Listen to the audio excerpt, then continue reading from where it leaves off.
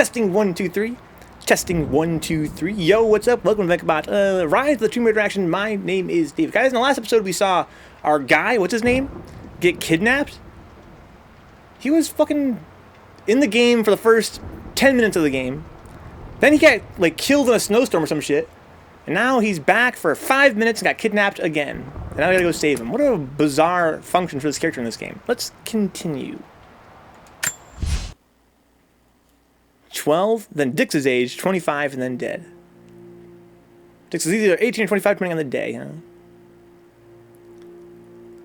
I still feel like I'm like 23. But I'm actually 10 years old. I'm 33 now. Holy shit. That's crazy. That's actually crazy.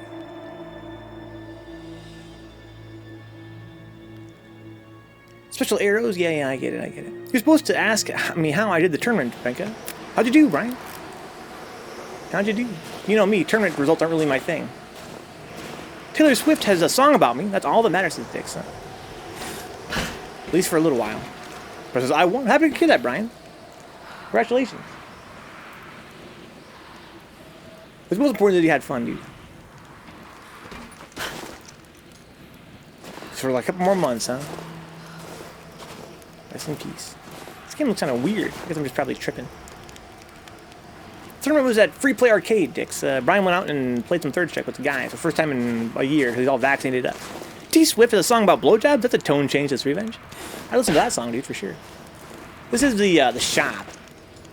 Some commentary. That's sick. It's almost been streamed then on the Free Play Arcade channel. That's where I'm supposed to go right there. Now, where? This is not the shop. This is the shop. So this is not where I'm supposed to go. So what is this? Or is it? That is where I'm supposed to go. What?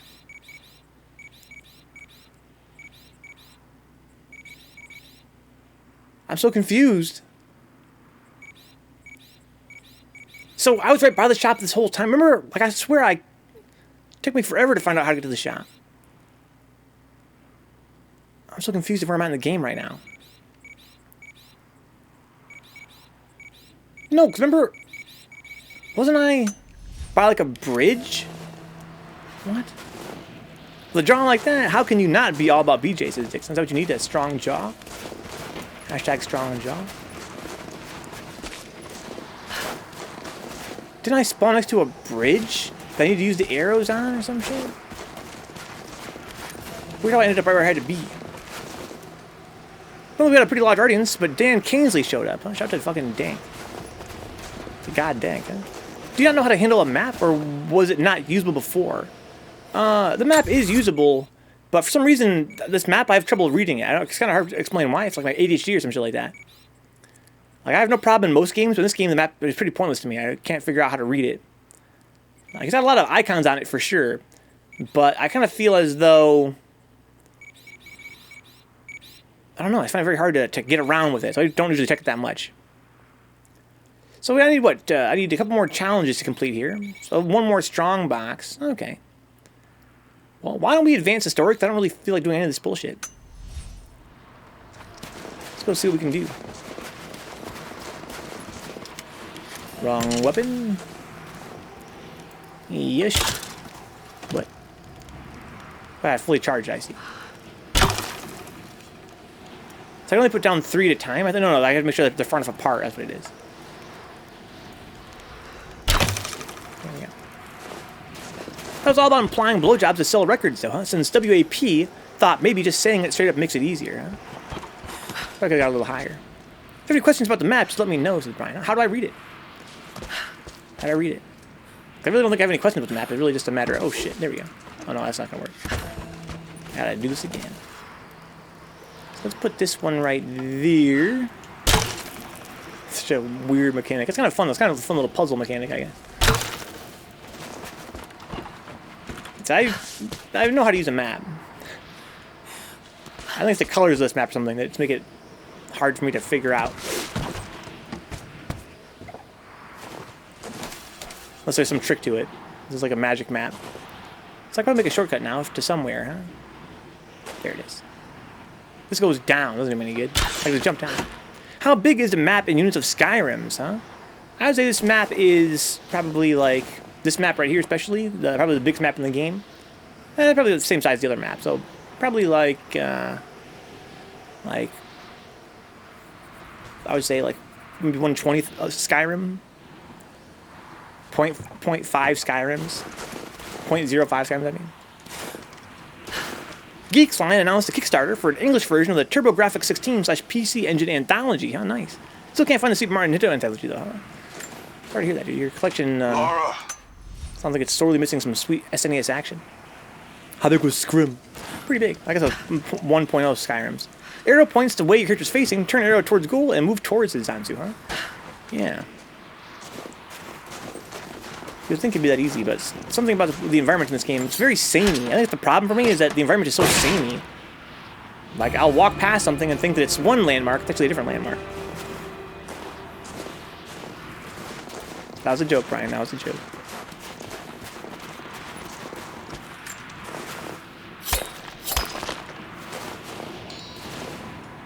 It was an obtuse question. I find the map quite obtuse. Does it stop picking on Brian? You're right, Dix, you're right.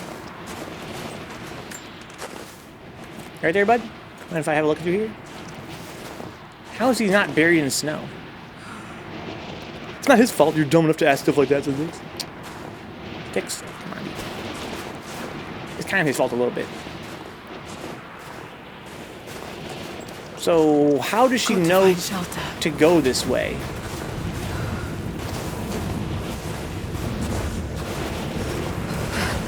So they're trying to chronically imply that I have to go inside this cave because she wants shelter. Not because it's the only way to fucking go. Okay. Either way, it's fine. Thanks, Dix. I agree. Look at my sweet Dark Souls armor.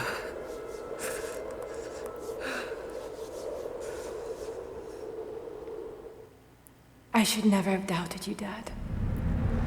What are you talking about? You doubted your dad? I wasn't there when you needed me most. You were literally a child. I'm sorry. Originally, reading maps is a normal thing to be able to do, but if the map is faulty, then I can see your logic then. All along, that you sought the truth. I have no problem reading maps in any other game I played. This is the first game I ever played in my life where I couldn't read the map. I'll make it right, Dad. I promise. Can't pinpoint exactly why. Lara, it's time. I think I know why, Jim is actually. waiting. I think it's because it doesn't demonstrate... The map is very varied vertically. The map has, you know, little pillars and towers and large hills, buildings to climb and things like that. I think that when I look at the map, I don't adequately convey like the actual topography of the map. And so I'll try to plot a course in my mind. I'll face the arrow around and go and plot a course, but I'll hit a wall. I'm like, why is there a wall here? I look at the map and go, oh, I guess there is like a wall there. Okay, well, I guess I'll try to go around this way. I try to go around, and there's another wall there. There's, you know, some other kind of thing that blocks me or otherwise, you know, maneuvers me around, and I get mixed up and end up getting pretty lost. Richard Croft, huh? Now we know his first name. Dick Croft. Old Dickie Croft. So I can go down there, or I can go up over there, huh? Okay. Old Dickie Croft. I like her when she reaches her hands out in midair to try and grab stuff. Let's kind of look at the map here. This is a really simple stage. Yeah, this map here. Again, I can kind of halfway read it now because I've been to this area so many times that now I just kind of know its layout. But there's something about it, man. I'll try to go someplace and I just kind of get turned around. Is there a minimap always on in Neo 2? I hope so. I love minimaps. It shows the relative position of Kodama / enemy / whatever if you have the relevant perks. Do people just have a blank circle on screen by default? I think so. But I think it does show enemies. Dix. It shows enemies. I think the perks let you see them from further away. Yeah, you're right. It's a pretty. I never really liked it. It's like a radar. It's more of a radar than a map, right? Yeah, it seems kind of silly to me. I wish they'd just get it off the UI. I never used it in the last game for anything. I used it in Neo 1 to find Kodama in the end for like 100%. For Neo 2, I never really bothered with that, so I never used it. it's a perk, really? You don't see enemies at all on there, so it's totally blank? I thought that it would show enemies if you were, like, aware of them. Like, if they were, like, nearby or made a sound or something. So I could not... I don't want to go down there, I guess.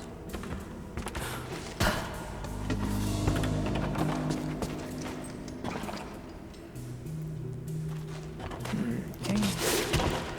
And even then, like, who wants to see enemies on the radar in that game? It's not really important. Like, at all. It might show enemies that make the stupid done awareness sound, huh?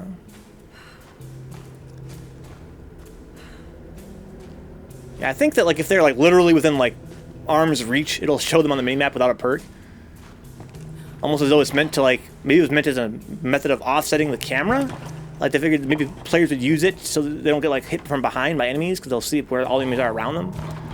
But, it seems very unnecessary. Even with all the perks, like, who cares where the enemies are? Probably some BS collectible there, says Brian, huh? Yeah, I didn't see anything down there. Maybe I should double check. The way I interpreted it was that there was nothing down there.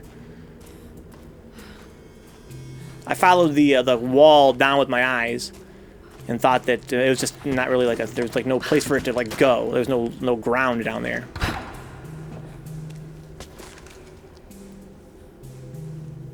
Let's try it.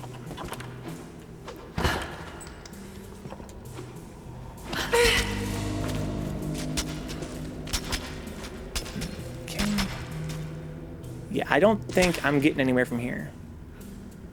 Oh, there's some over there, huh? Tricky Richard Nixon. How do I get over there, though? Sideways jump. The fuck? That perk alone makes it worth it, the cut perk. I mean, yeah, for like 100%, yeah. It's pretty useful. I mean, otherwise it'd be very hard to find them. Oh, I see what you meant, Brian. I see what you mean. Oh, okay. You're right. He meant the other way down. This way.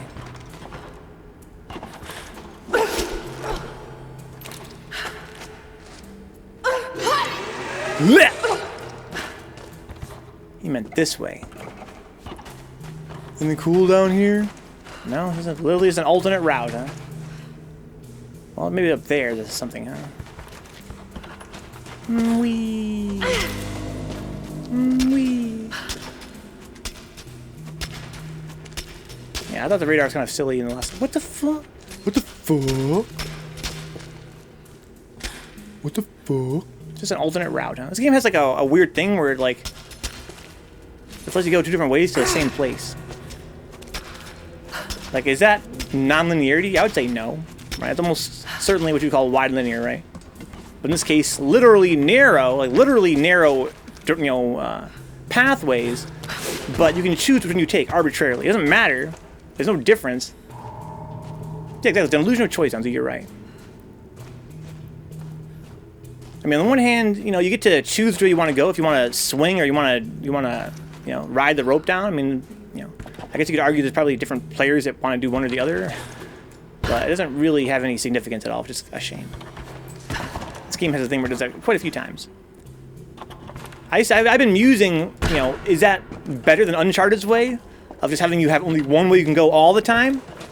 I would say that no, it's not better or worse.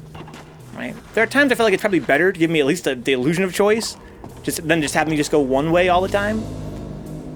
But actually, it's just sort of deceptive. Like, it's not actually meaningful.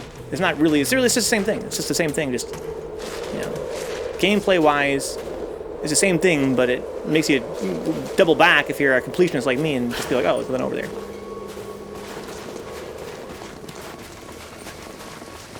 That was something you complained about in Uncharted, says Brian, huh? That there weren't any multiple paths to go to the same place. I mean, Uncharted had a few times in the game, like very few times, especially in caves, where you would have like a loop that was trying to pretend like there was more than one way you could go. But even that was pretty rare. Like, honestly, they didn't fuck around in Uncharted. They really didn't even try to pretend there was more than one place to go most of the time. Unless you were like in a cave. Wee, could fall. Yeah, right. Jonah must be up there somewhere. Extraordinary. Did you see her jump off that ice? The divine source. It's in the center of the old city, buried beneath the ice. Then it's time to move. I will notify the dig teams and prepare the transports. Is he canonically? I Our don't know. men encountered the Deathless Ones in the archive. This will not be easy, brother. I originally thought that maybe the lore The holy path was that is Jacob's not meant to culture be easy. talked funny, Are the men aware of what they will face? but she talks that way too, No. and so does he. I think They it's are this game is shitty prepared to writing. fight and to die for the cause. That's all we need from them. Constantine, The Deathless now ones that is we're on so to close to the end, That'd be sick. We've only just begun. I'm afraid Trinity is just using us. What if they don't intend to let you keep the source? We should prepare. No. You No. must have faith. I wasn't chosen by Trinity.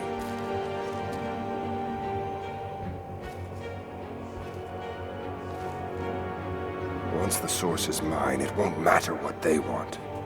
It's got an awkward face. I will lead God's immortal army. Oh shit! What the You. fuck? The Deathless ones on to. You shall live. So he's gonna give her immortality, I guess, using the same technology the Deathless ones use, I guess. Is that his ambition?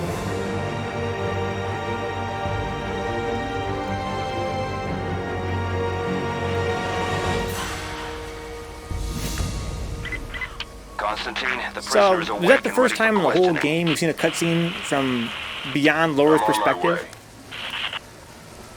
Normally, when we have a cutscene with those two, no, it's not the first time, but they did it one other time already. But normally when it's those two, it's usually Laura like right outside the window watching them or something like that. I think they're implying there's guys around here. Should probably be careful.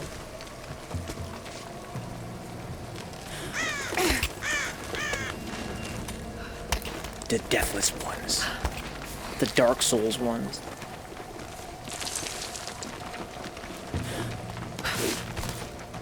See some sick ass boots, dude. Those boots have hella fucking grip. She can just walk off the ice. I find that stupid. Religion. I'm glad this franchise is acknowledging magic more than Uncharted did. But I'm still not really. I'm not really into the story that much. You could argue it's my fault though, because I'm not really paying attention to it that much. I like this environment right here, though. This is kind of cool. I feel like I need to watch all the angles here. Lots of, spots guys could hide in the trees. Rebreather.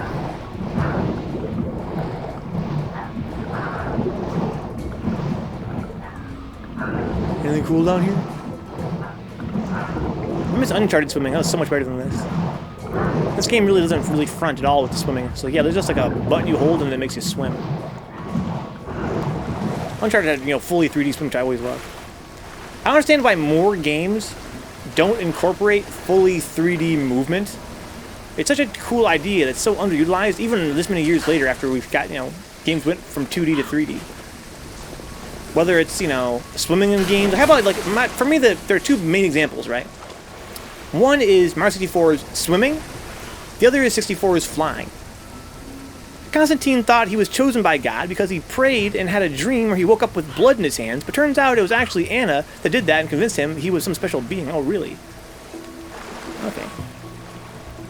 So she's manipulating him, basically. I kind of thought that might be the case. That seems to be her function, she's the archetypal deceptive woman, right? Because we already know her as having deceived Laura's father. I kind of figured she might be using that guy, too. I was like, he's crazy. He's a nutcase. Tracks.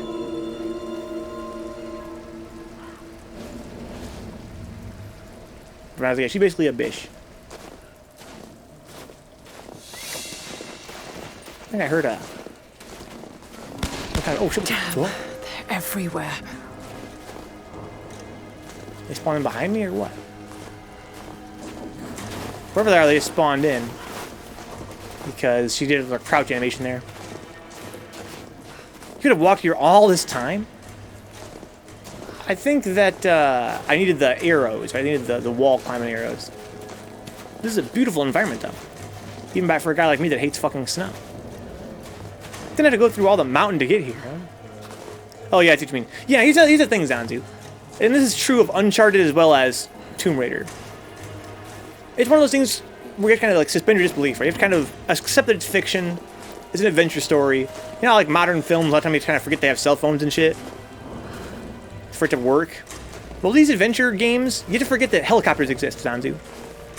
Because it's so weird how characters like Drake and Lara and all these characters end up having to, like, you know, find these areas on foot. How about like Nathan Drake? There's a thing in the Uncharted series, especially, where they're like, "We found Atlantis. We found El Goddamn Dorado. We found this other magical city that's been lost for hundreds of thousands of years." And it's like, dude, it's literally visible to the sky. It's visible to the sky. No one ever found this with a helicopter or with a fucking satellite. What the fuck? What the fuck? I'm sitting on 350 on Nintendo gold points, so I might as well use them, huh? What's good on a budget in the eShop? 15 bucks or less preferred. You're doing fucking 3 Avengers $4 game night? Brandon edition?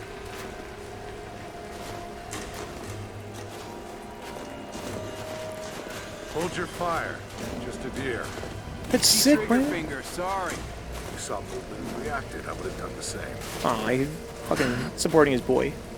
That's sweet. Don't be embarrassed, dude. Don't be embarrassed. Everything looks clear. Keep your eyes open. We expecting company? Croft might try to rescue the prisoner. The man wants everyone on high alert. Why don't they just kill him? You might still know something, but Constantine will find out soon enough. You gonna torture my guy? My teddy bear guy? Whatever his name is?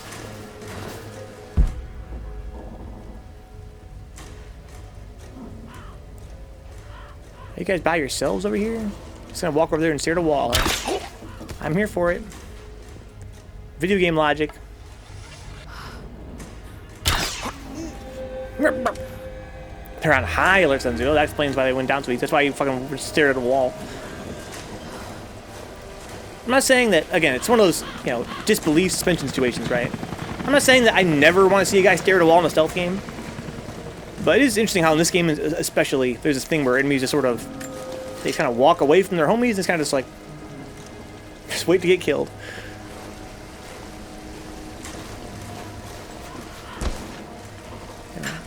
I tried organizing similar stuff in VG discussion, but the enthusiasm was a bit low. Well, welcome to my life, Revenge. Welcome to my life.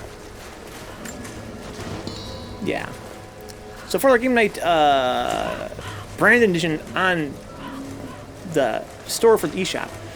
Well, here's what I do, Brandon, and I check the sales, because you might find a game that you're familiar with, a game that's actually, like, for that price, you'd be surprised, like, what kind of games you can find.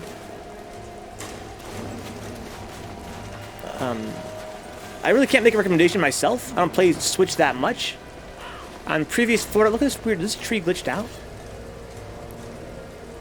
What's wrong with this tree? I don't understand what that line means. You're like me, huh? Like staring at walls. Oh my god, Brian. You're probably right, dude.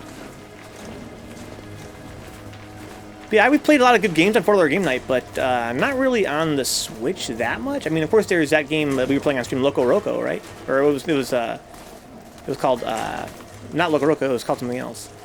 It was a spiritual successor or whatever, or like an homage. That game was pretty good.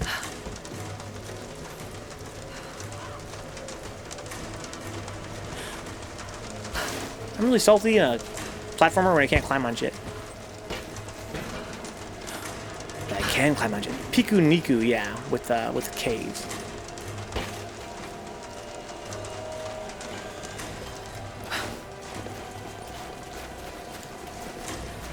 So where am I going?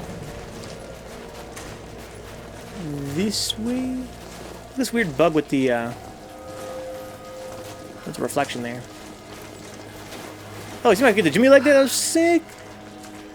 See the fucking Jimmy leg action? She's like, oh my god. I'm at Lauri. It's not a platformer. What is it? Shooting game. So I'm not shooting guys then. Oh shit. I blow up that truck, says Brian. Huh? Do I? I could.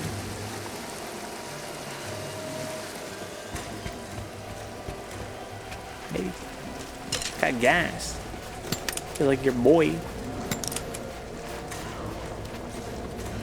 Jump him up. Bye. Bye. Thought it made a sound. Maybe not. It just gonna make a sound. That's kind of fun. I got grenades. I'm gonna try to walk over here instead. The red barrels.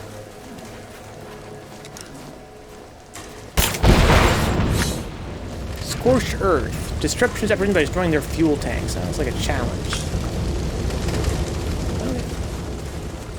Shout out to Brian Axe.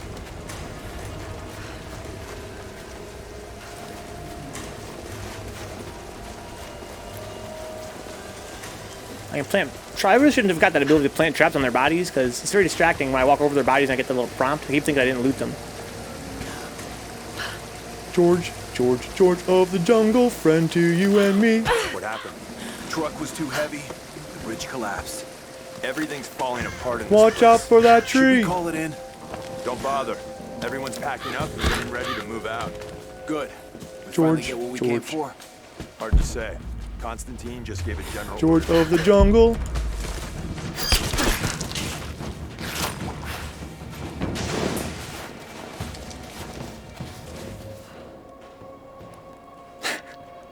I want to play a game, dude, where all I do is pounce guys, man.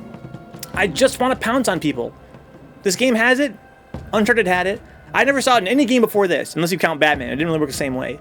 It's so much fucking fun. Where are these baddies? Where'd they go? That was the last skills I bought, and I never used it, Brian. I might use it right now, but I don't think I'm going to. They don't really patrol. Oh, there he is. There's a patrol guy. He's not going to come over this way, though. No, not really.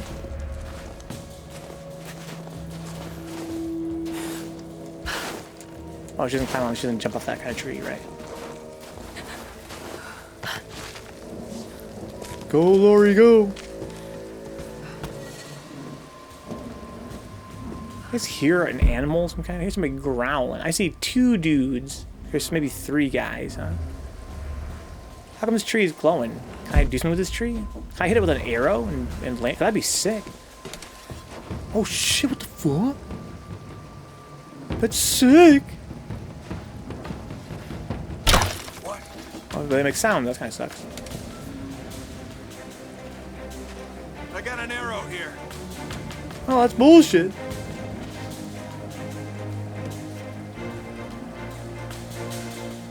So I find the body after all? Must have been this way. What was that noise? Oh, man.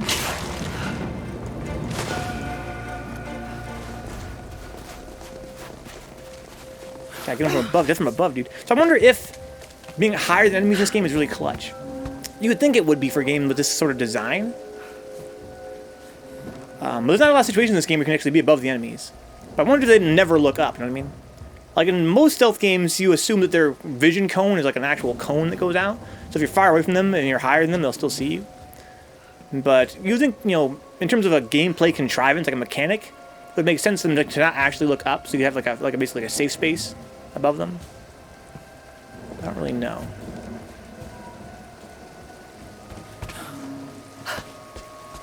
She's so nimble, dude. I don't really know where to go from here, though. It's kind of a weird... What the hell's that flag?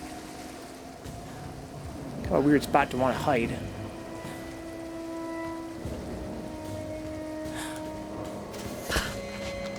Well, I mean, I fucking made it. This is your first field op for Trinity? No. There's two guys over To there. help clean up the island after Croft. I wonder if poison arrows are Tough stealthy. job. Heard you had to kill natives there too. Yeah, some kind of sun cult. Crazy crap.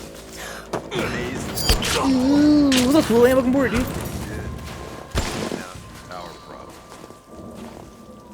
I swear I hear woofies, dude. You guys hear woofies? How's your weekend, Coolan?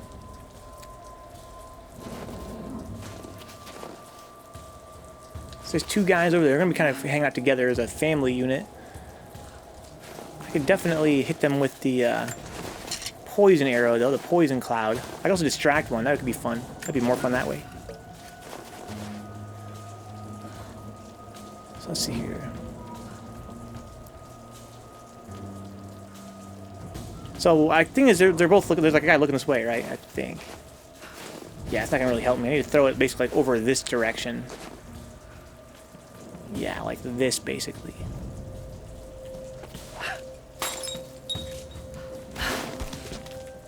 I don't think anybody heard that. Started a D&D campaign, which is always fun, huh? Playing with the homies? On Discord, maybe? I gotta make a Molotov and burn them both alive. Let's do that. Problem is there's one person left.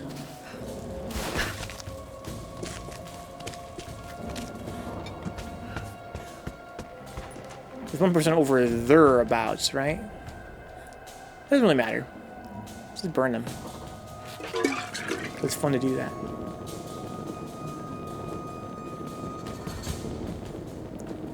Come a little closer, bro. It's like, nah. I think they don't know where this came from is the thing. If I throw it, they won't really know where it came from. Oh my god, it comes with a stealth kill. Sick!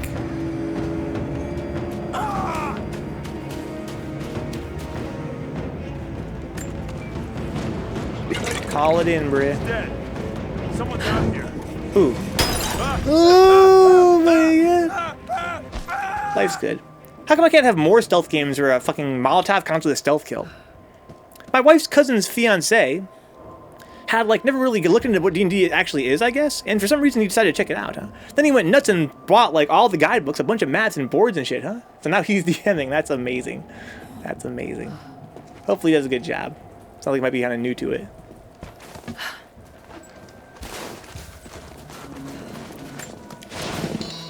Okay, they're giving me a tutorial again to use these arrows to climb this wall. I really feel like if there's gonna be Metal Gear Solid 6, let's all pray there isn't. If there were, though, it would really need to have more verticality. Because I really feel like Uncharted and this game, and perhaps other games in this genre that are more modern than what I'm used to playing, they incorporate verticality much more interestingly.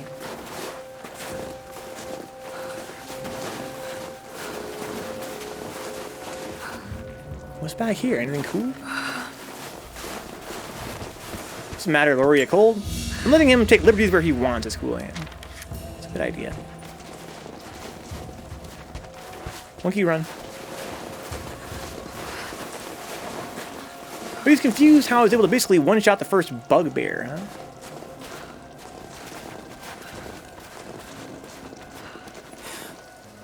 What the hell's a bugbear? I hope it's an insectoid bear. One of these glitchy little thingamajigs.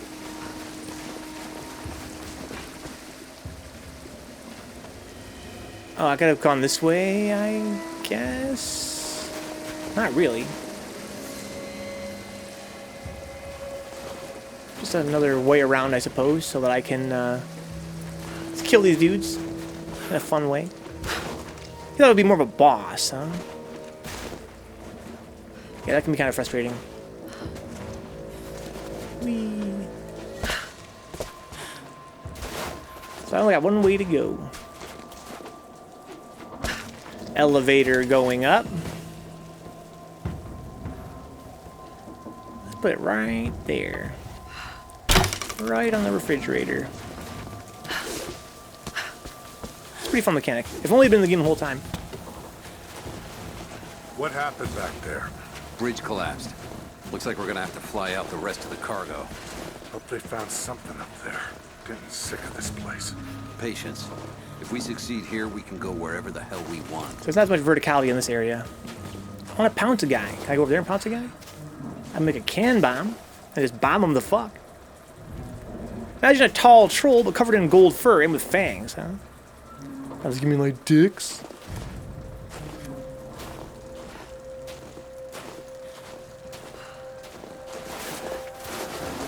So, the attack on the observatory was a success? Yeah, we got the Atlas. So again, am I like invisible here? You think not? Like, I feel very, I feel very vulnerable right here. I heard some chatter over the comms about Perhaps I'm like invincible. Maybe they have a lead on how to translate Some it? guys over there. I don't know.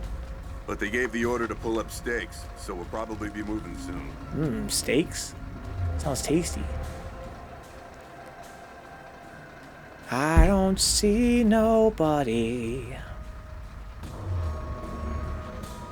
I tried to hang back for most of the fight, so it was more fun for others, huh? I was like, I like steak.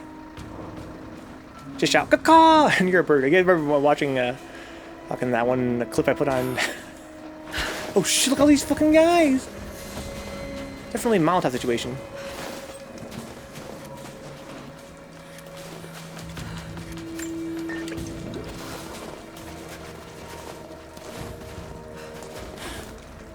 Come on, Lauri! Don't glitch out. Oh, I dropped the fucking bottle. I can't climb with the bottle in my hand. It's kind of confusing again sometimes, not other times. Maybe this. Light it up!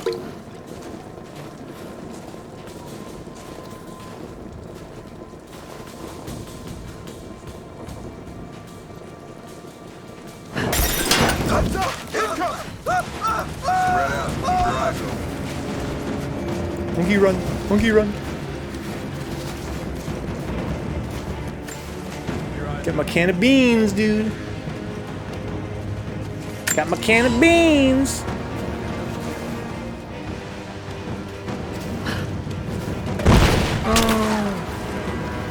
Oh, well, I guess they weren't as near as I thought they were. Oh, this is not gonna end well.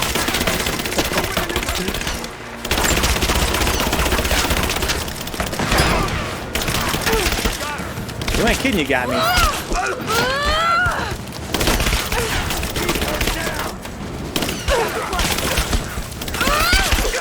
That's actually very vulnerable. So I needed be a little more stealthy there, I guess.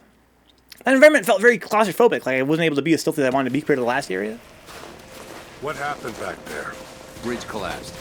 Looks like we're gonna have to fly out the rest of the cargo. Hope they found Patience. So, yeah, we got the Atlas. They took it up to the weather station. They're not invisible during finishing moves, yeah. But I think that makes sense. I think that, you know, it depends on the game, right? There's no one way to go about that. Maybe they have a lead on how to translate it? Like if you want your guy to be invincible or not during finishing moves. In most games it makes sense to be invincible. This game I would say, you know, it makes sense to not be. Like the melee is pretty strong in this game as it is. Like probably stronger than it necessarily needs to be. So it makes sense. Oh, there's a Molotov up there too. Look at all. Would you just grab the fucking bottle, Lauri?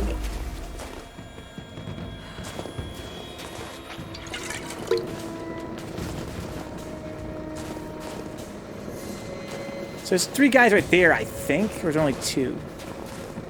There's only 2 knocked, like I already killed the other guy. Well, I killed 2 already. There's 2 there. There's 1 guy way up there. The burn is stealthy. I don't really know where it came from.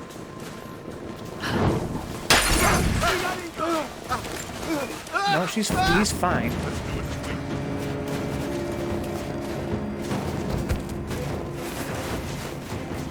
Ugh.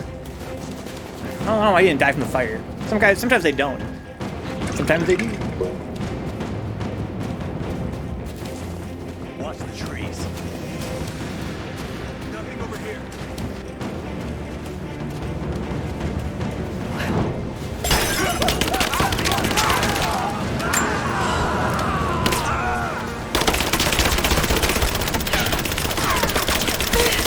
Oh, there's 2.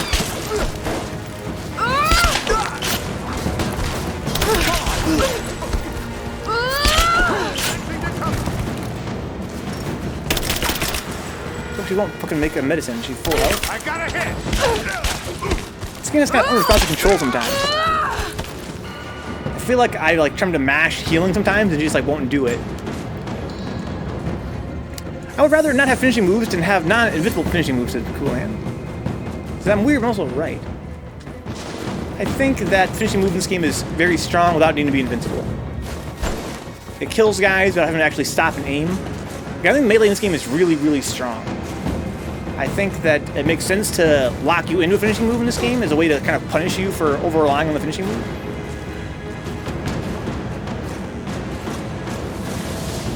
I think that finishing move, again, it's very, despite being not invincible, it's still very powerful. I think that it's very important that it not be invincible, so you can't just kind of spam it in the middle of big melee fights.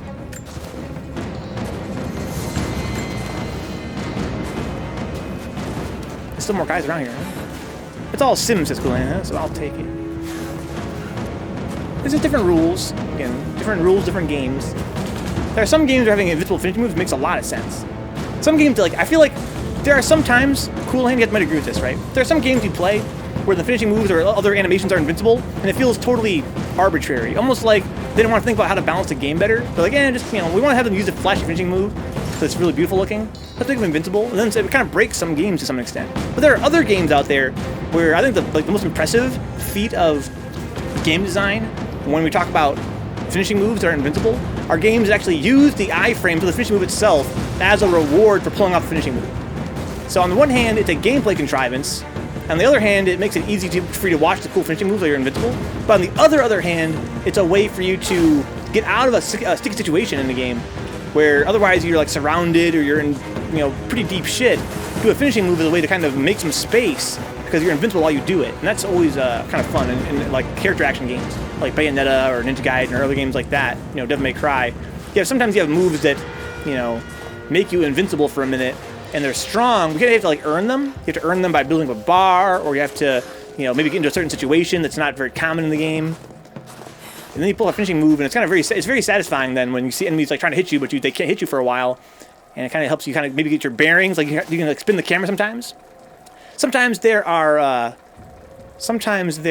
mechanics where you'll be doing a finishing move, and it takes like, let's say like 3 seconds, right? It's enough time for you to spin the camera around, get a sense of who's around you. That's also really cool in character action games. I feel like I think it's an under discussed mechanic in character action, where you have moves that give you time to look around. It's such a cool way to encourage the player to like strategize in the middle of a really fast-paced fight. That's so cool. I have zero problem with becoming an unstoppable god in a game, so I don't really mind if I stumble across the cheese tactic. Because honestly, it's so rare the game is balanced well enough that the difficulty is fun and rewarding. It's cool, Anna. Well, I think maybe just play more games than I do, Cool Hand. I have very high demands when it comes to games, as you guys probably learned by now. I find that most of the games I play are really not that poorly balanced most of the time. Again, I don't play a lot of games. I just play the games that are typically considered to be really good. Even this game, which is not like legendarily good or anything, is still pretty decent.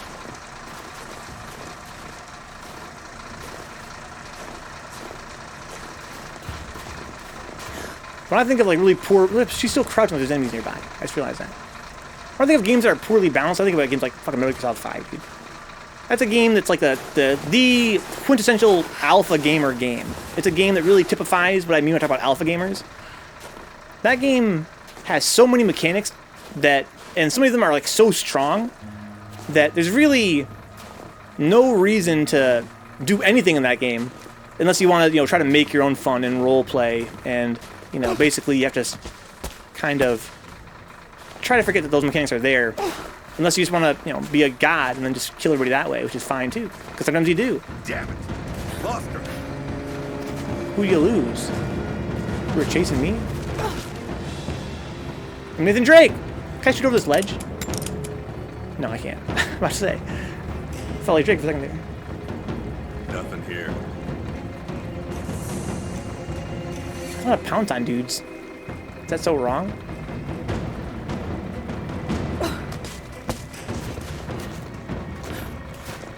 Oh, there's more guys up here, man. Brian wasn't kidding. There's a surprising number of guys around here. Checking the bushes. Go ahead and check them, motherfucker. In fact, I wish you would. I'm gonna assume they're not looking at me. Probably a bad assumption. I'm gonna run out there in a minute. Here we go. There's one more guy. This guy assume he wasn't looking at me. Where is he?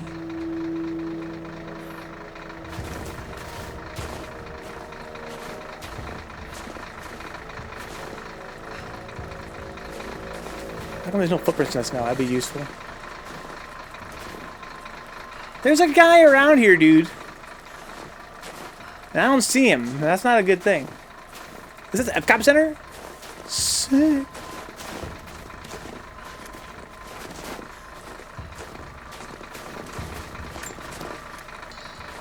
Alright, lose this guy? I guess I did, huh? Oh, was that Lauri I was hearing? It was Lauri I was hearing. It's her idle animation. She makes crunchy sounds when she's idle. I thought there's a guy walking around. Oh my god. What's up, J-Bum? Up high and deep in the mountains, a fuck about some goons are about to find out, huh?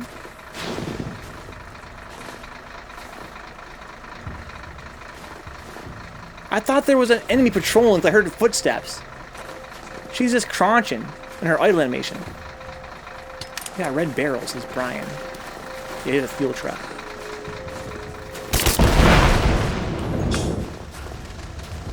She's still crouching, like enemies nearby, though.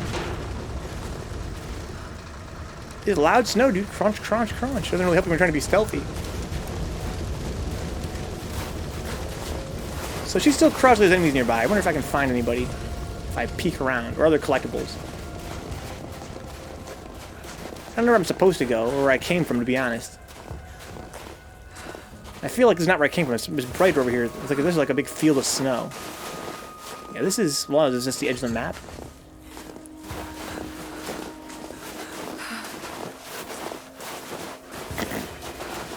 Welcome to Michigan. Pure Michigan, dude. Just walk around in knee-deep snow with a fucking giant-ass gun in the woods looking for some fuckers.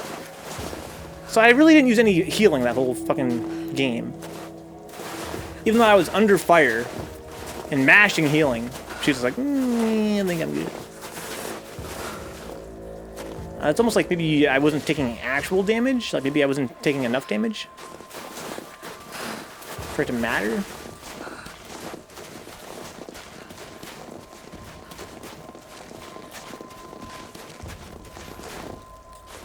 We don't have enough resources? I have plenty of resources.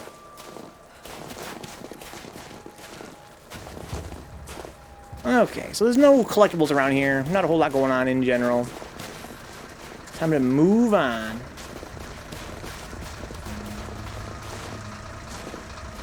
So where do you want me to go? Game over here? That's what it feels like. Follow the trucks. Can't find the edge of the map there. There probably is. It's just I didn't get close enough to it. Let me go double check. She only noticed it when she's really close.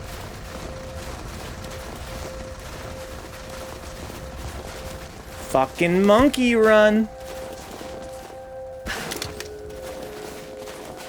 Maybe like right on top of it for it to actually proc.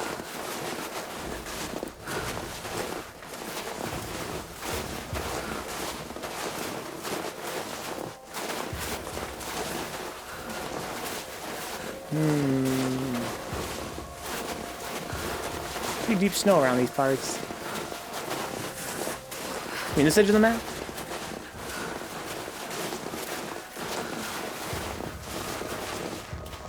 Probably one. Maybe it's just similar looking spots. This game has nothing if not similar looking spots.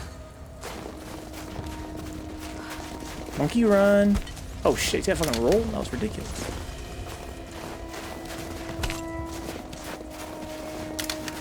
Can't go inside there. Can't press any buttons here. Oh, I can read this though. An old Soviet plaque. It says Khrushchev. Vodka. Oh, I can go through there if I wanted to. That's probably where I'm supposed to go then. Here's something. So if I can go through there, then what's over here? Dead end?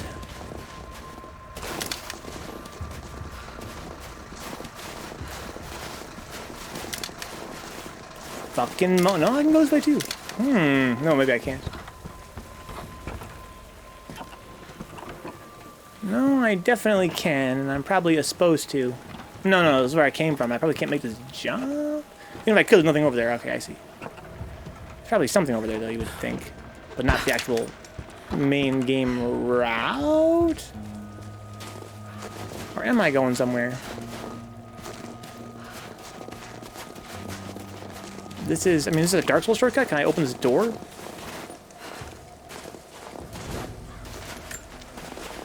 Slavenka, are you on post-game F-abouts? No, not at all. I'm still in the fucking main game's actual story. My guy got kidnapped, J-Bomb.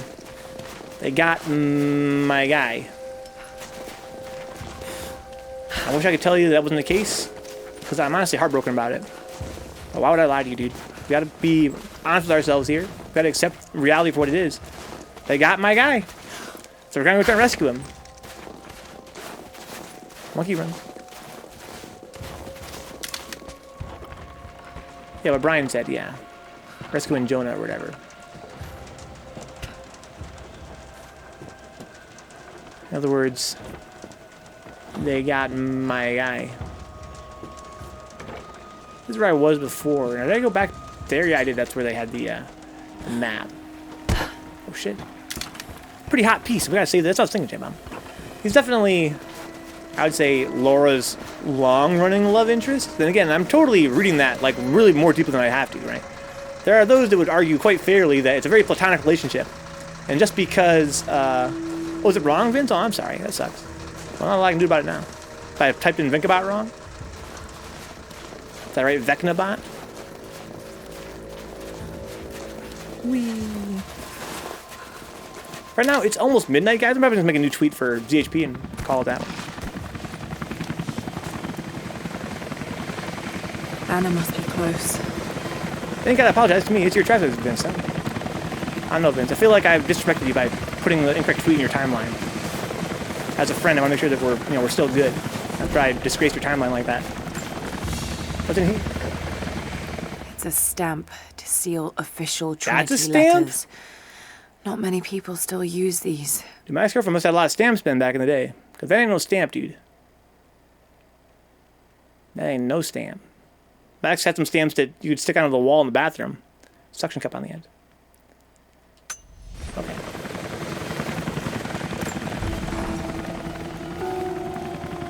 One skill point, upgrades available? Nah, I don't care. Alright, let's go look at the fucking upgrades so I can get more loot. I don't want to fucking have to be full of loot and not be able to collect any more loot because I haven't upgraded anything.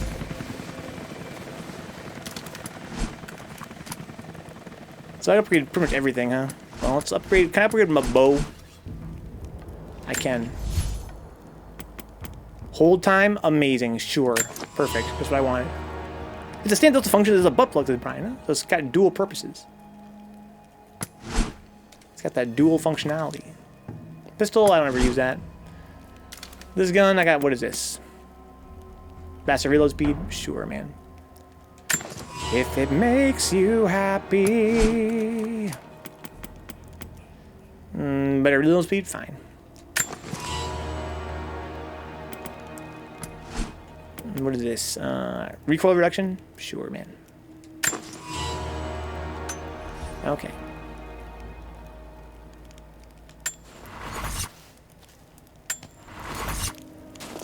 Upgrade all of our guns and kill everybody just by mashing the melee attack. I feel like goddamn Joan of Arc, dude. Fucking Epcot Center, dude. We're going to Disneyland.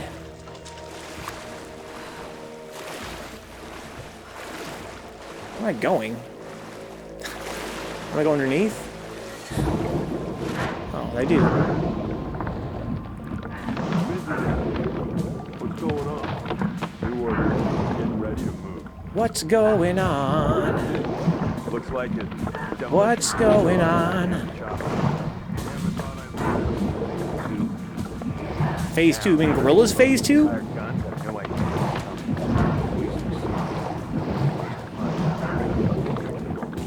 Cause that's that shit, dude.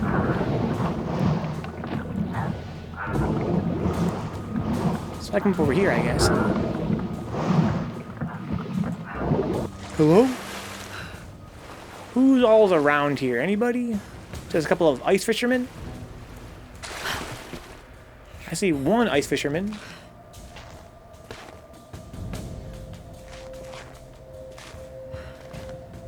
Where'd the other guy go? He's right here. Well, his friend's just literally staring at the wall, so I can just be able to stab this guy, no problem, right? Didn't pull the knife out. That was sick. Where'd that guy go? Monkey run. Oh my Jesus, girl!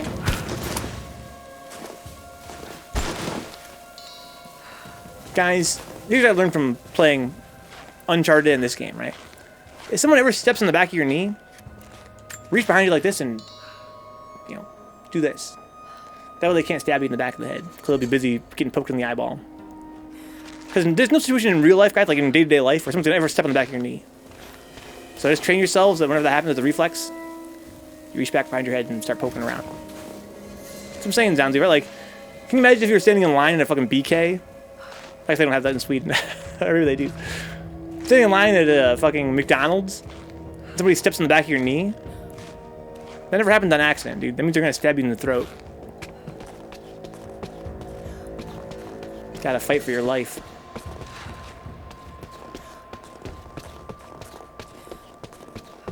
Okay, what we got here?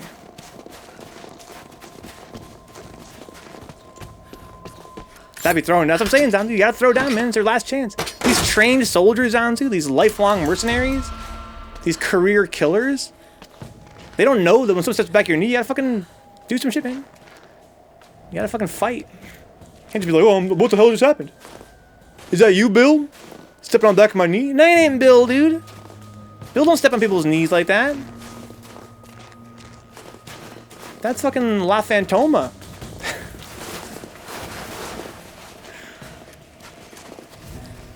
Okay, let's see here. Were you with Constantine down in Syria? Yeah, it was a bit of a mess. Just a bit? Constantine didn't expect to find her in there.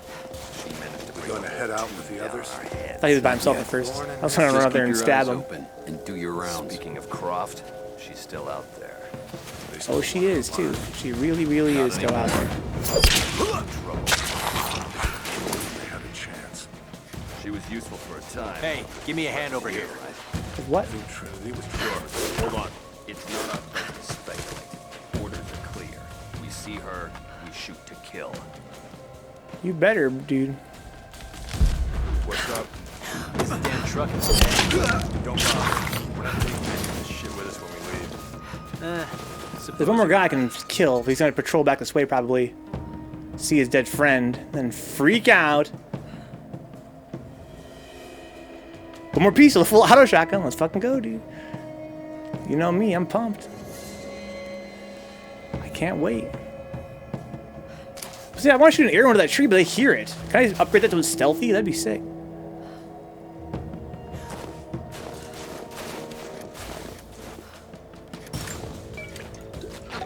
There's still one more guy over there, the issue. I wish I could see where this thing is going. What's it being this guy?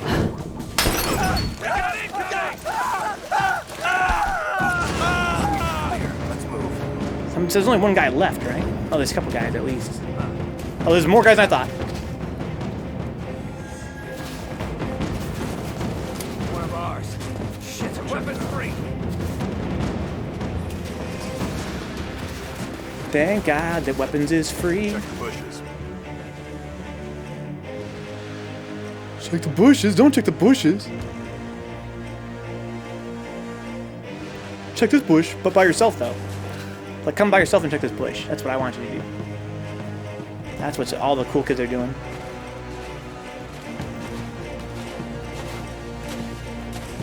La Fantoma.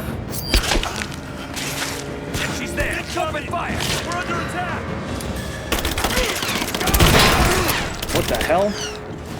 I got the fucking explosive rounds. I just took off all his armor in one shot. Let's end this. I agree.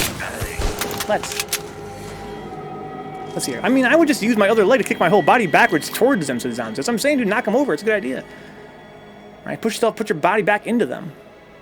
Won't be pumped if it's an auto shotgun, says J-Bomb. Full auto shotgun is actually pretty dope, says Brian. You're not much of a shotgun fan in these shooty games, eh, Venka? Typically no. Because I feel like they're time between shots. Like, I enjoy these guns, the rifles, because they have pretty good, like, crowd control. Like, if an enemy gets hit by one bullet in most video games, they go, oh, I got shot by a bullet, oh my god.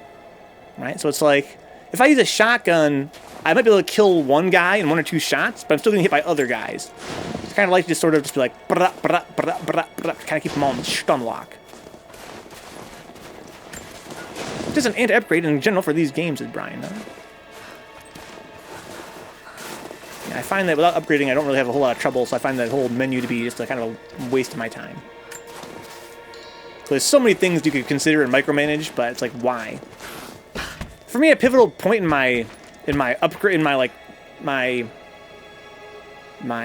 cynicism toward upgrades in general is when I realized this about Bloodborne. In Bloodborne, you have all these stats, right? All these different gear in the game upgrades your stats by some small percentage. And I heard people telling me in my chat, they're like, well, you know, it can be significant depending on like, the boss fight. You might want to upgrade your poison resist for this boss, for instance, right? So you don't get poisoned as easily. But if you actually crunch the numbers, and I did, you come to find that it seems like it's not designed right, its mechanic. It should be stealthy. Anyway, you come to find that if I put on all my best poison resist gear against a boss, it would take them, you know, 7 hits to poison me instead of 8. And by that point, I'm already dead from the damage of being hit. Or it'll take them, you know, like 3 hits instead of 2. But again, I'm already dead by that point. It just struck me that a lot of it's just fluff, man. It doesn't actually change the gameplay at all.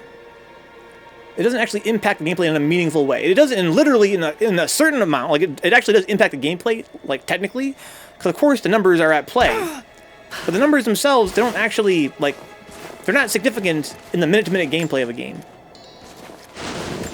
So I find in a game like this where there's like so many upgrades for all the different guns, like, what is the point? The guns behave pretty much the same no matter what. Again, I spent so much time. You spend so much time in the menus going, what do I want? Well, if it fires faster, that means I can do this better. Or if it fires, you know, I have better reload time, I could probably, you know, deal with this enemy easier if I, you know, like run away and reload. It doesn't really fucking matter.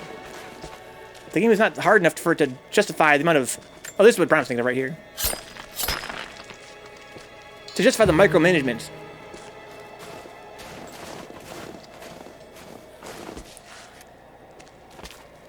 Here's a wild idea. Don't let your hate for Bloodborne taint your opinion of other games, says Brian. Yeah, but the idea is the same. I realize that micromanaging certain attributes of your character is not significant. Like, it's just a waste of time. It's just there as a way to trick you into thinking that the game is deeper than it actually is.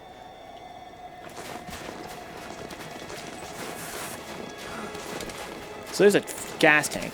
Can I hit this with this? Yeah, that makes sense. Only one more truck. I might have already missed it. It's just there to check a box, man, because people love RPG mechanics. And it's a way for a game to have to, you know, to be able to incorporate RPG stuff without actually putting in the work. It's disgraceful. It's deceptive. It's there for the AAA games to say, we've got growth mechanics, to convince players, hey, I'm actually, you know, making tactical decisions. You're not actually making tactical decisions. Right? Because they didn't want to design the game around that. They want to make a game deep enough to have the tactical decisions in that capacity be significant. So instead, they just give you little things to play with. It's like giving a child jingly keys. Like, yeah, you want to put skill points in some shit? Yeah, of course, sure. Want to, you know, get EXP and level up? Yeah, okay, we can do that, I guess. So you feel you have some character growth? But there's no character growth, man. Your game doesn't have character growth. It's okay to admit that. But don't fucking tell me there is and there's actually not. Don't tell me that I can, you know, put a point in this stat like it actually has any actual meaning. Aside from just that you happen to create this ability that does nothing.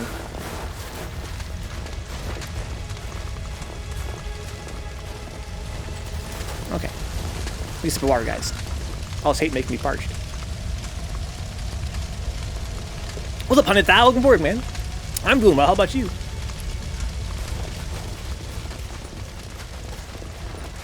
All this hating making me parched. So that's where I came from. This is where I feel like I might have missed a truck. But mayhaps not.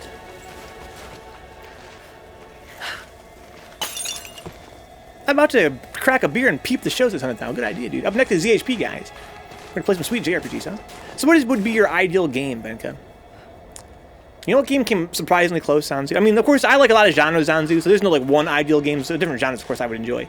But you know what game really shocked me by how much it spoke to me on, like, a profound level? Uncharted 4: The Lost Legacy, the expansion.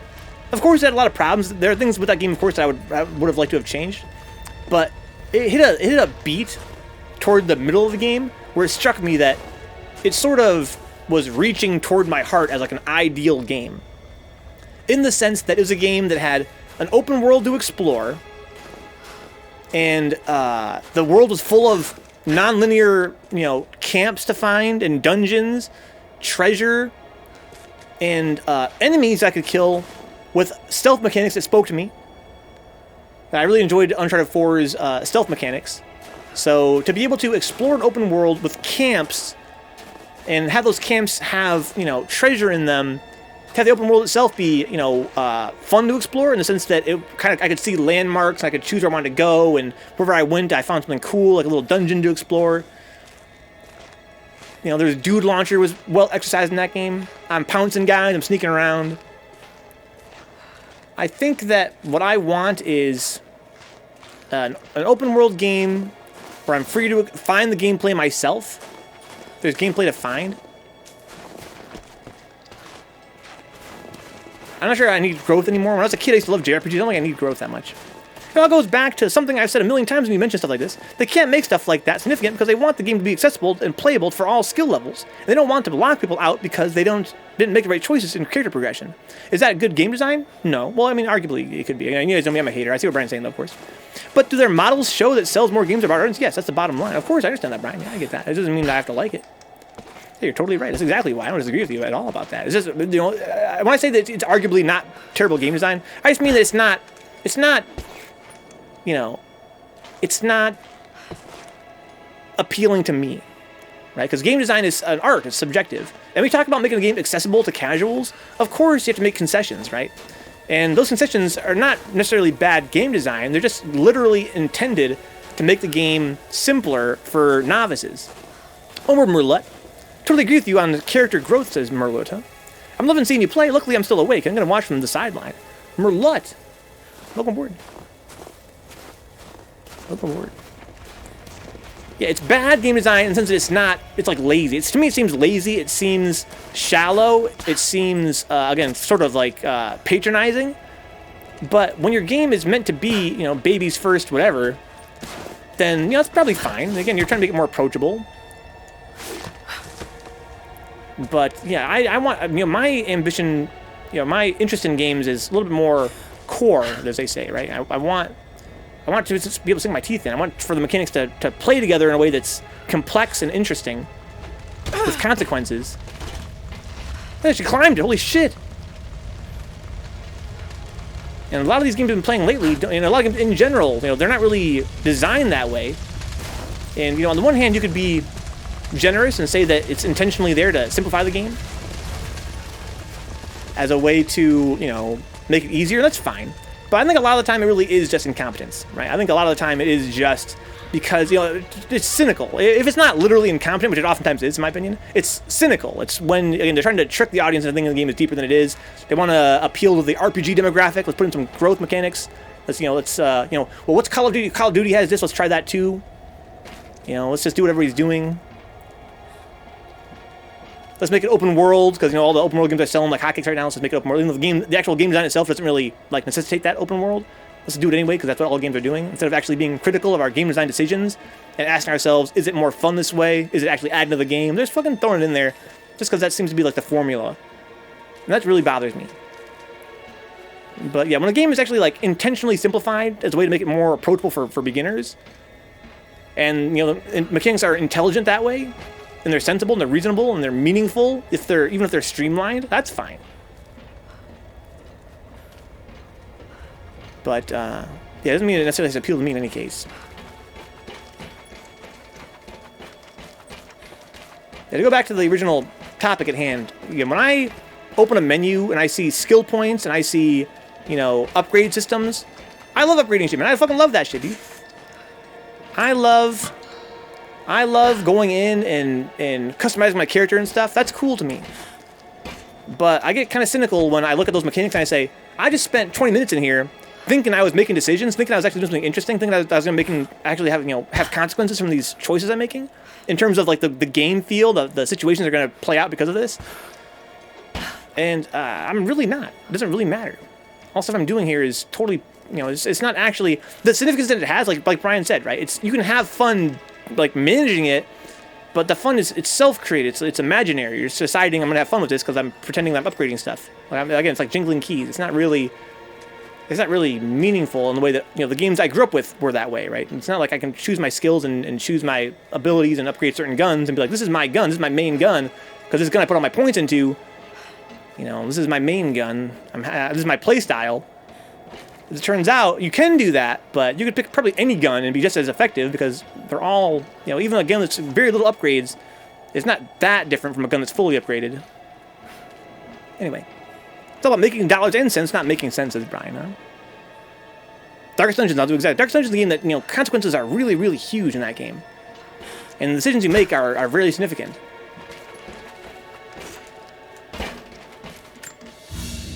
Valheim says down too. I still haven't seen any footage of Valheim. No. A modern reliquary. There's a small human bone inside. Little bone. Saint Peregrine. Patron of the terminally ill.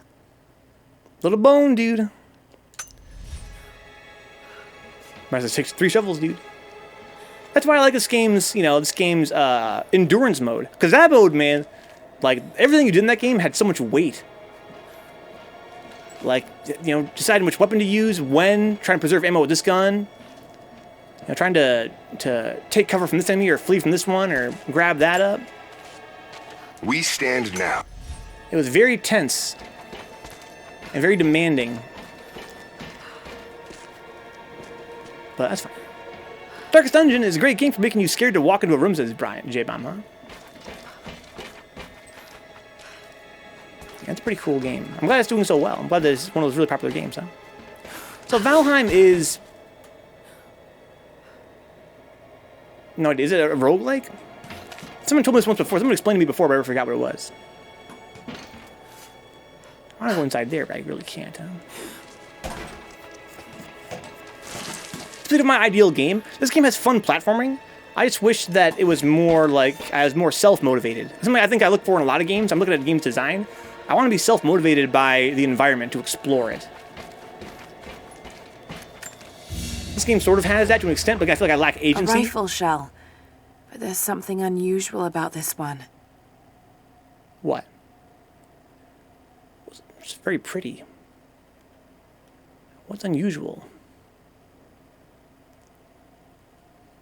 Latin engraving on the end. Kill them all. God will know his own. Jesus.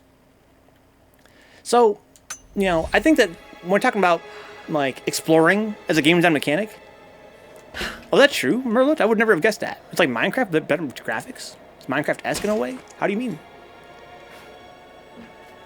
This game has exploring in it, and I like looking around and finding stuff. I love that.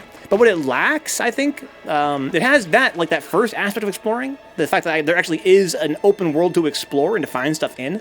But what it lacks is that feeling of looking in a direction and going, I want to go there. That's what it lacks, right? And the way that you accomplish that is by having, landmarks, by having things that, themselves seem interesting, like let's say like a house or a castle, or you can see a cave from far away, or anything really, something that implies there might be a boss there, an enemy camps, maybe a spotlight, something to make me say, I want to go there and go find something cool. This game instead just has big meandering open environments where you kind of just run around in circles and kind of look at your feet and you say, okay, well there's something, I can grab that up. And it's better than nothing, better than what Uncharted had. But I kind of feel like, I think Lost Legacy did a better job of putting me in that open world and having me be able to go, okay, I want to go over there. What's over there? What's next in that direction?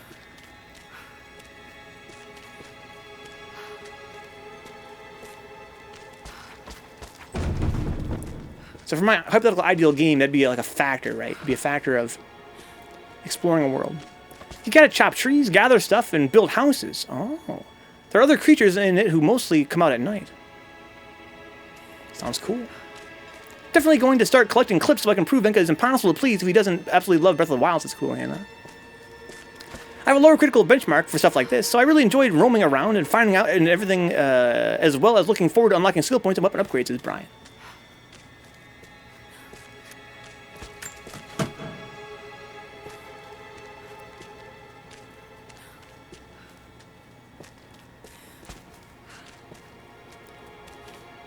I think about sometimes, guys. I think about, of course you guys know me, I think about criticism a lot. And when I was, you know, let's say 13, and any anime came on Adult Swim or Toonami, I was like, it's anime. That's sick. That makes it sick because anime is good. It's a good thing. To you know, anime is cool. And years later, I'll watch some of those same anime and go, this anime is pretty trash, honestly. But at the time, I loved it because, you know, it was something that I didn't get that much experience. I didn't have that much experience with.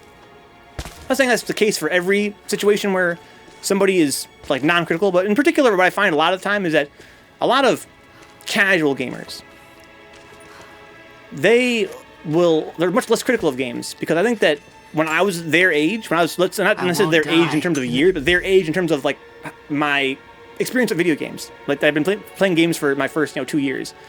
Video games themselves were just such a cool thing. They're such a cool thing to play a video game. Like games are just so cool. And I think that when you have less things to compare a game to, of course it's going to seem much more appealing than when you're an old, jaded dude like me and I've played all these other variety of games out there that I've loved so much more. And sometimes, those same games that I played that I loved more, they were games that weren't actually that good in comparison, right? It's just that, like, let's say that, this is my first game I ever played in this genre, like a third-person shooter, right? And then, I played Uncharted. Let's reverse that, just for the sake of argument, right? Let's say I played Uncharted, 3 as my first ever third-person shooter, right? Played this game literally 20 years later. To me, Uncharted 3 would be forever a great game, and this game would be forever a mediocre game. Even though this game is, probably, in many ways at least as good or better in some ways. But because I have the nostalgia for Uncharted, it's going to always seem like it's going to have that advantage of being the first game that I played, right?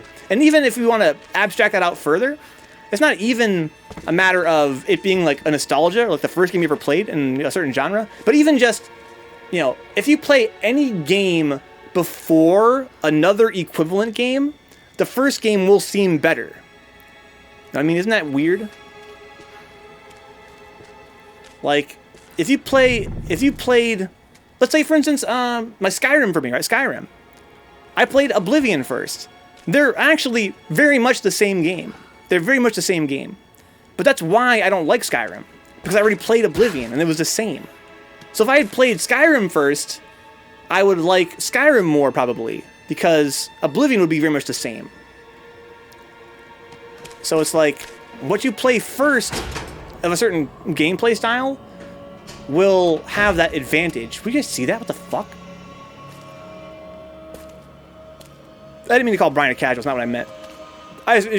Brian's made me think of it.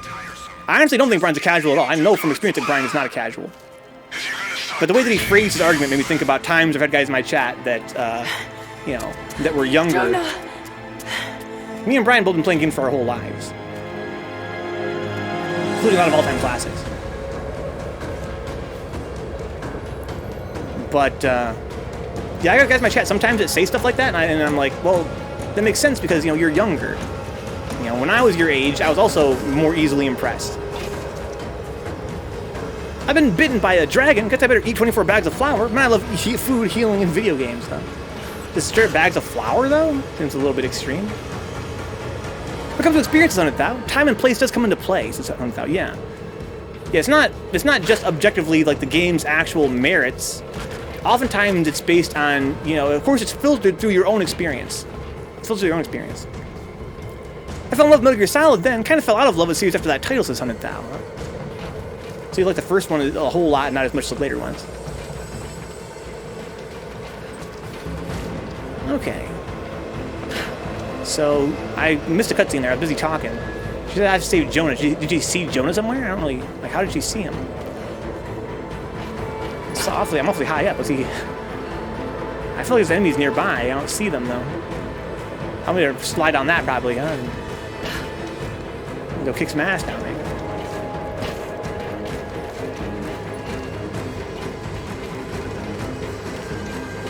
Beep bop bo bo beep beep bop bo. Yeah, I think that, you know, I think that's a part of why. I think it's actually maybe arguably by design for games like Uncharted, right? So Uncharted is a game that is widely beloved, and playing it, I couldn't figure out why. It's such a, you know, a nothing sort of a game. But it struck me that because of the fact that it is marketed as being, you know, a more like cinematic experience, it's more accessible, it's more familiar to players that are like not hardcore gamers.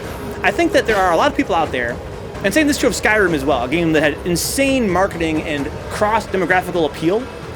I think there are a lot of people out there that Uncharted and a game like Skyrim was like their first hardcore game they ever played.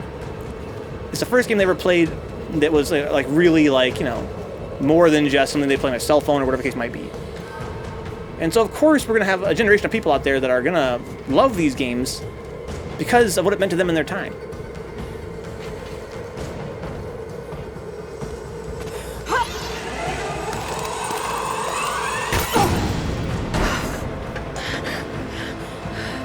Good thing that worked. Negative. We're moving on to the next phase of the operation. I wish you could shoot while hanging like fucking Nathan Drake could. I really missed that in this franchise. Like, honestly, it's one of the things you guys know me by now. I kind of, over time, fell out of love with this franchise compared to Uncharted. At first, it seemed like it was just a linear upgrade compared to Uncharted. You're dead. But the more I play of Tomb Raider, the more I feel like I like Uncharted more. If not because of this and that, if not for the fact that, you know, Uncharted has, you know, much shittier exploring, much shittier platform than this game has. But just because I really miss the fact that I feel like Uncharted had so much more imagination. Because this game is not the first game to have, you know, good exploring, good platforming. But Uncharted was the first game to have shooting to me that felt like it did in that game, and same with the stealth. It was more innovative in that way.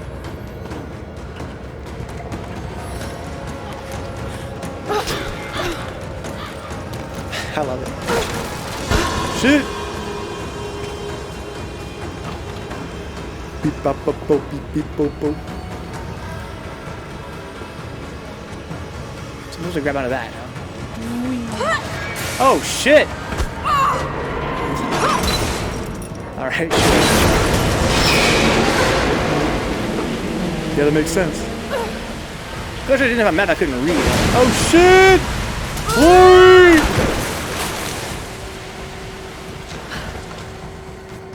I think that's there.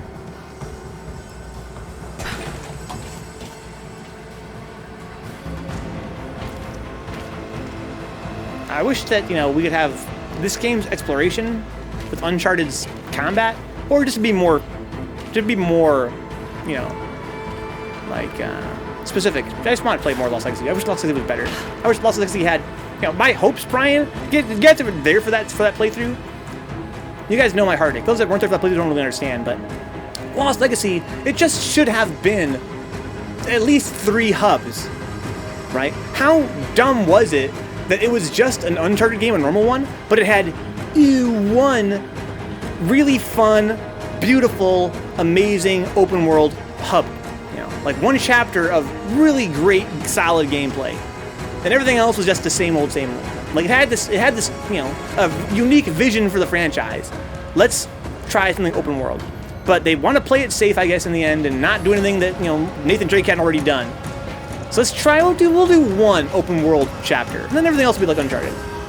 If that game had, you know, just been that gameplay for, you know, 10 chapters, whether it be, you know, fucking 10 whole maps, something we'll have to ask, or just maybe like 3 or 4, that would have been fucking sick.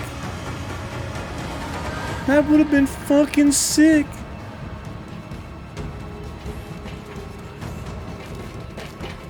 Isn't that wild, J-Mom? Unique open world. That could be more like all these linear games that are more unique.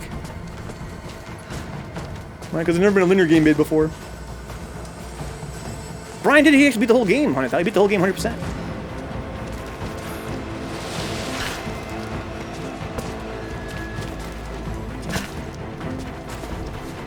wish I could do a wall kick. That'd be sick. Fucking yo-noid.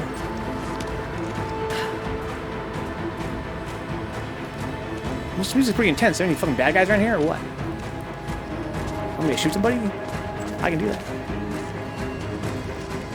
Tomb Raider went open world, and God of War did too, when they started as vastly different games as J-Bomb, huh? J-Bomb, they were both linear games originally.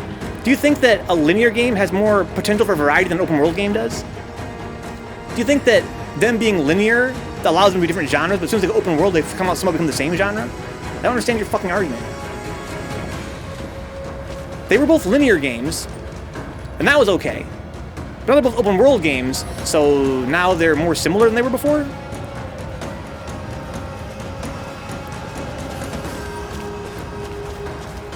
Okay.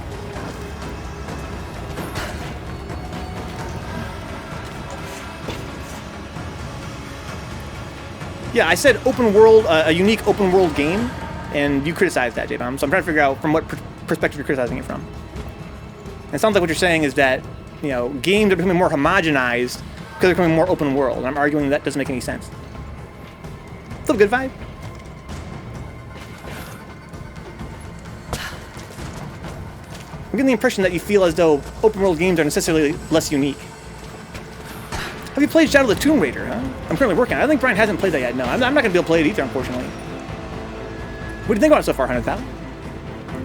My plan was to play it, but I think because we're going to change our format here in the stream, we're going to not play it. Make sure you have all the prisoners accounted for and then put them down.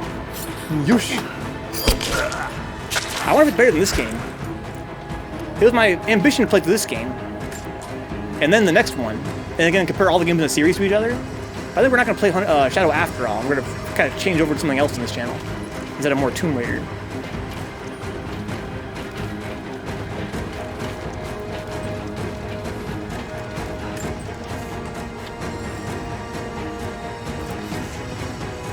No more good vibe.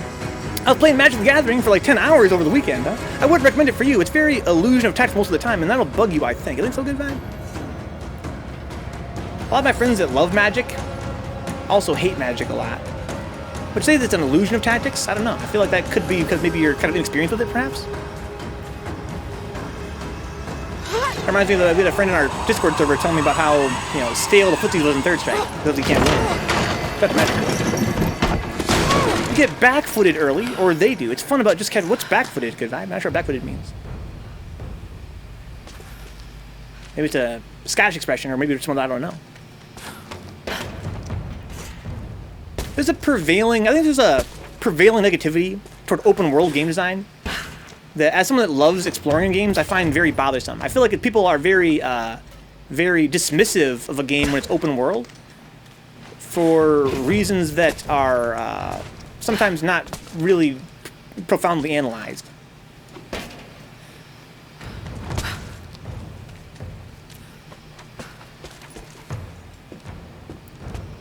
I think that people have, you know, had experience with open world games where they're sort of feel like they're in a big boring world where there's a bunch of treasure sprinkled around, and that's fair. But to criticize open world game design because of, you know, a few of these bad eggs, I find to be, you know, sort of frustrating. Right from the beginning, you have them in position where they can only react and will likely lose, or they have you that way, back-footed, like back to the wall.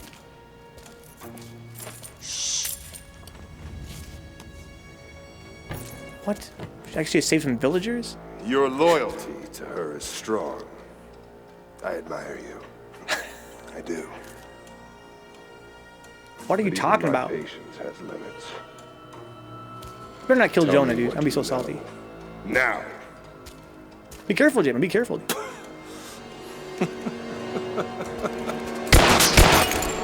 Oh no. Bulletproof glass. It's going well. Look at it. We're fucking saving the day. Goodbye. Do it! Please. Please. No. Don't listen to him! You would do it, right, guys? Doing what I believed was right. Shoot him, Jonah.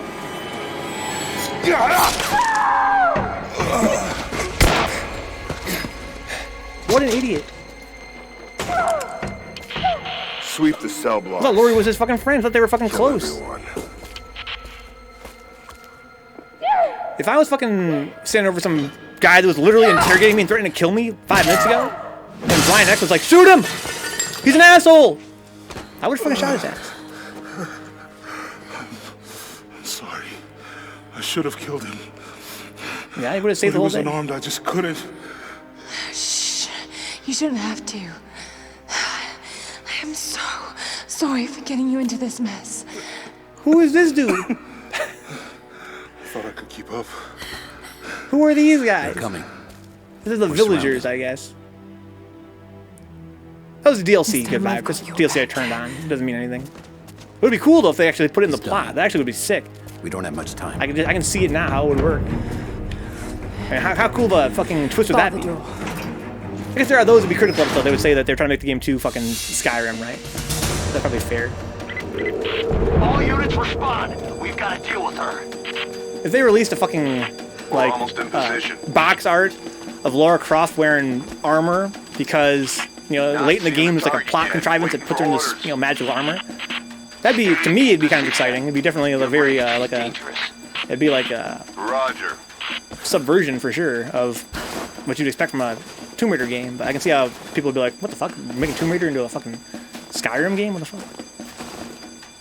You're on the back foot, getting pushed back. I got it. Probably screwed. You unlock someone near the end, huh? Yeah, I just mean like in terms of like the story. It'd be kind of fun if they were like, oh, this is the Undying armor. This is the armor the Undying wear. It's actually really good in combat, and then she just starts wearing it and gets the Joan of Arc vibe.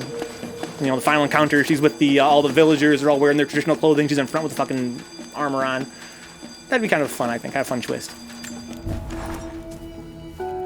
I know that you like to read the I think I love more than being encountered 4 turns in a row, says If J-Bob. you see anything written which is less than pleasant about me, to ignore it. There are those who simply do not understand the work I'm doing here. Perhaps they're even frightened by it, but their fear and stupidity is not my concern, and neither should it be yours. I will explain everything in good time, my darling girl.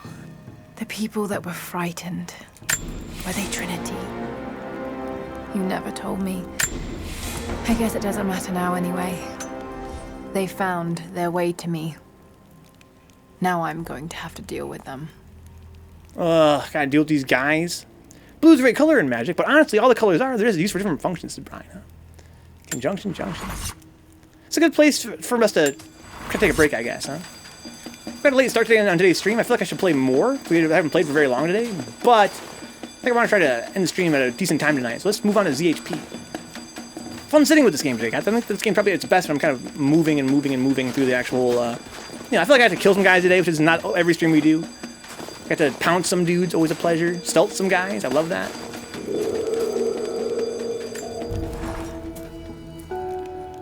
So I should probably, I should save the game, right?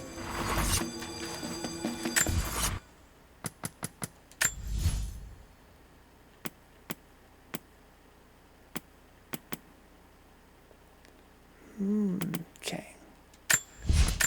Let's open some decks, guys. We got some stupid decks, right? Let's go look what kind of cards we got. Why? No reason. It's flashy. Some are gold. They have artwork. I mean, not really, not very good artwork, but they have artwork. What we got? We unlocked the Up in Flames pack for finding the Atlas. What we got here? Let's fucking flip them all, dude. Wow, this one, Infiltrator? Ooh, got the Infiltrator gear. Amazing.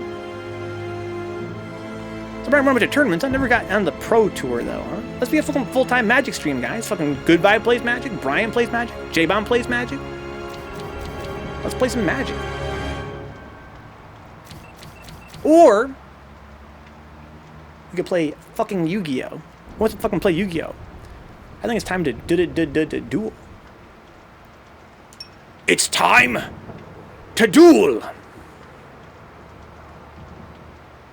Vencabot the Gathering? That's what we kind of do here every day. But I'd play anything from 1 color speed decks to 5 color control decks, huh? Just playing everything. Thanks for the reset, by the way, KG. Get that. I play it, but I feel more I bounce. experience it, huh? Like punching the wind or rock, paper, scissors is good vibe. Boom, boom, boom, boom, bounce.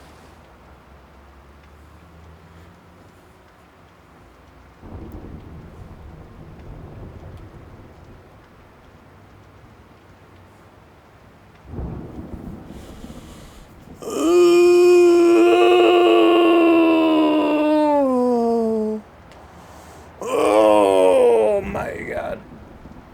Oh, that feels good. It is not good vibes. It's not gonna be for a little while yet. We're gonna begin the new schedule when we finish these 2 long plays we're doing. That's what I'm saying, Dorson. Dorson knows. Get it out, dude. Get that stretch. Oh, it feels so good, Dorson. Yo, Mr. kiss that Dorson. motherfucker. Yo, please, bless Kentucky's RNG in the chat, own. guys. Please. Or maybe it's Plus Tennessee. RNG in the chat. Oh my god. Before I actually transition to ZHP, guys, I want to thank some guys, make the channel possible. I stream here 5 nights a week. Not for you fine folks who can possibly afford to. Unless you guys hang out for free in the chat, then, you know, obligated to help out on Patreon or through Twitch, although it really does help. You guys are why I stream. It's always a pleasure. Thought Tomb Raider must be pretty far done is all. Yeah, we're gonna probably take another week and a half or more of Tomb Raider. Probably gonna beat ZHP this week, the main story. But we're probably gonna keep playing ZHP for a little while until we get some of the post-game stuff done. Reckon the old Tomb Raiders just in modern sequels, huh? We're pretty much just the modern ones to worse, and not for much longer. We played through Uncharted 1, 2, 3, 4, and Lost Legacy all back to back. I want to play Tomb Raider to compare them. We played Tomb Raider 1, and now we're playing the second one. And my plan was to play the third one. We're going to actually not do that.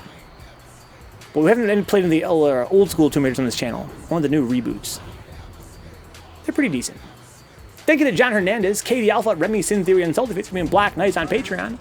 Thank you to Felix Havels, Ash, Lethal Mazzara, Audrey Apples, Chulak, Dicksucker, Hubie, Jordy Hargreaves, Max, Michael Hinkle, Munix P, and Wade Local for being Fearless Havels.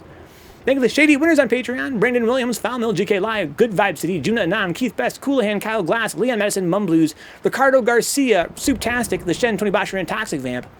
Thank you to the young guys, $1 a month, Benjamin J. Harkins, Karina D. Scott, Donka Dapper Dons, Herb Durkin, Andre Cruz, Kaiju Kinfin, and Lisa. Thank you to the Twitch subs as well, like Zanzu, of course. Thank you, Zanzu. Thank you to Big Nasty, Ebuff the Chill, and N-Cruz as well. And thank you to the Shady Winners on Twitch at the Amazon Prime free sub tier and the gift sub tier and the $5 sub tier. Thank you to Ash, Lethal, Stuffed Muffin, Audrey Apples, Balls Deep, Banking Pancakes, Ben Mighty, Blue Abs, Brother, Nero, FGC, Cami Jun, Karina Dea, Chumpet, Chulak, CPU3S, Dapper Dons, Decoy Mandas, Dicksucker, Dirk Blur, Exodus 3rd, Fat Shoe 17, Fight J, Fight First, Opus, FPA Brian X, Garbage Jungle Style, Goss, Herb Durkin, Jiffy Beefy, Jetstream Justin, Cairo Vatican, KD Alpha, KG the Legend, Lana Win, Long Legs, Moist Vakeen, Mothman, FGC, Neon Riot 4, Niggas Jones, Ice Templar, Praetor 51, QB416, Quinnifer, Remy 0857, Sin Theory, Stone Cold, Ryan Meyer, Synapse, 3 Venge, Triple M, Welford, Yogerbrain 3S, Your Salty Face, Zach 123, and Z Spectre Z. Thank you, dudes. Let's play some ZHP.